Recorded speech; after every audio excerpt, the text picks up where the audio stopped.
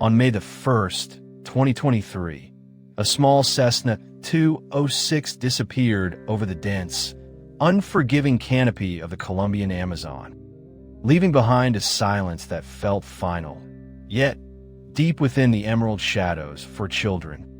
The oldest 13 and the youngest just 11 months old were beginning a journey that would redefine our understanding of human endurance. Welcome to a look at one of the most remarkable stories of our time, a narrative that is less about the tragedy of a crash and more about the profound strength of the human spirit and the ancestral wisdom that can bridge the gap between life and death.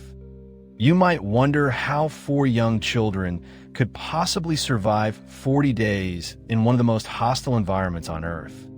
But as we explore these events, we will find that it was not just luck that kept them alive, but a deep-seated knowledge of the land and an unbreakable bond of sibling care.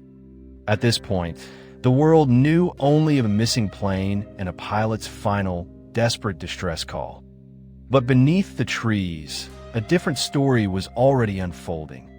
The flight had begun as a routine journey from Araraquara to San Jose del Guaviare, carrying a mother, her 4 children, and a local leader. But engine failure turned a routine trip into a struggle for survival in a region so remote that is often described as a green abyss. According to official reports released later, the pilot reported engine trouble before the aircraft vanished from radar, sparking a search that would eventually involve hundreds of soldiers and indigenous volunteers. For the first 2 weeks, the search teams found nothing but the impenetrable wall of the jungle. And it was later understood that the crash had occurred in a way that left the cabin relatively intact, though the adults on board did not survive the impact.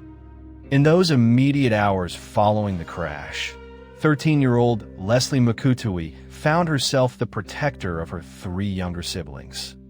Soliani, age 9, Tien Noriel, who was 4, and the infant Kristen.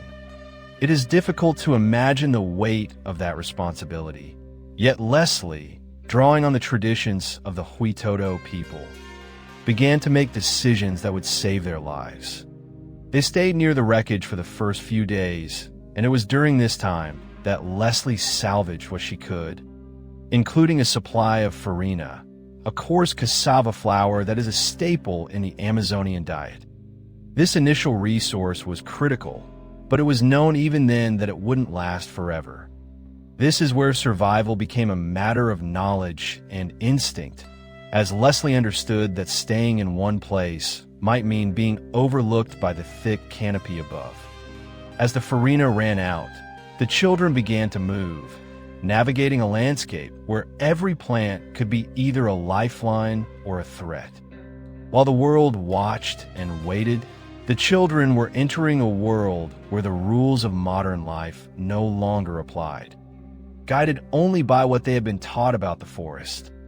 According to rescue teams who later analyzed their path, the children moved with a deliberate sense of purpose, avoiding the most dangerous areas and seeking out sources of water.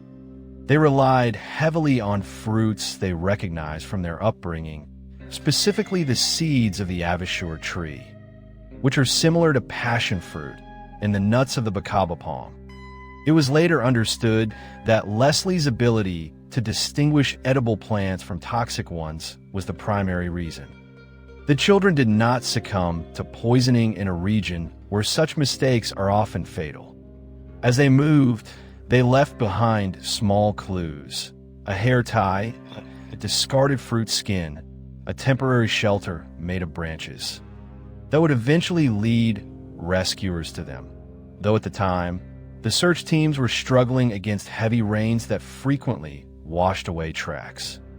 Operation Hope, as the mission was called, was a unique collaboration between the Colombian military and indigenous trackers, 2 groups that had often been at odds but were now united by a single goal. The military brought high-tech sensors and helicopters, while the indigenous volunteers brought an intimate understanding of the jungle's language. reading the bent of a leaf or the compression of moss as a sign of the children's passage. At this point, no one knew for certain if they were alive, and the psychological toll on the searchers was immense. Yet they continued to drop kits of food and water from the air, hoping the children would find them. One of the most poignant moments of the search occurred when the military broadcast a recorded message from the children's grandmother, speaking in their native Huitoto language, telling them to stay put and that they were being looked for. It was later understood that the children heard these messages, but in the disorientation of the jungle and the fear of the unknown, they continued to move, perhaps driven by a primal instinct to find their way home. The environment they navigated was one of constant moisture, biting insects, and the threat of predators like jaguars and snakes.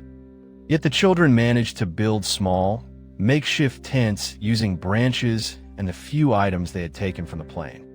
Leslie's care for the baby, Kristen, was particularly noted by medical experts later on. She managed to keep the infant hydrated and fed, a feat that many considered nearly impossible under the circumstances.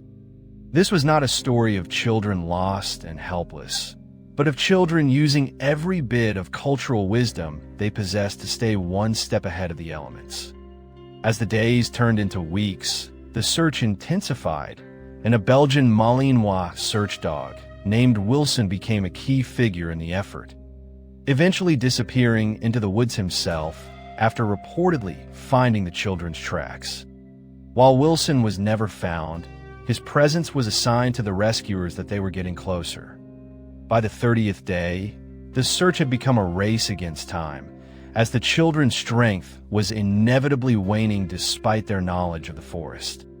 This is where the story reaches its most tense period, as the gap between the searchers and the searched narrowed to just a few hundred meters.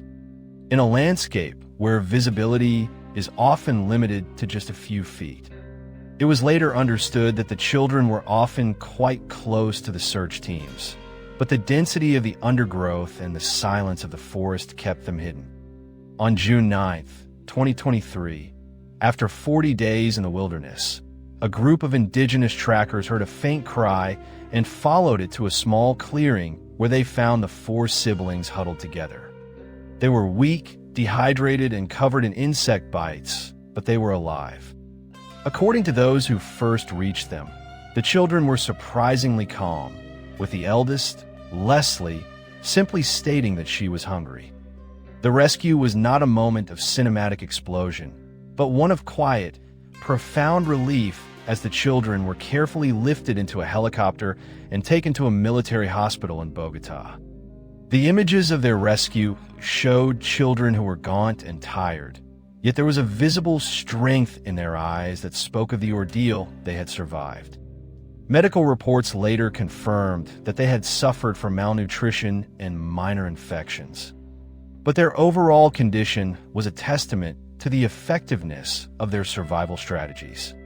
They had survived not by fighting the jungle, but by existing within it, respecting its rules and utilizing its resources.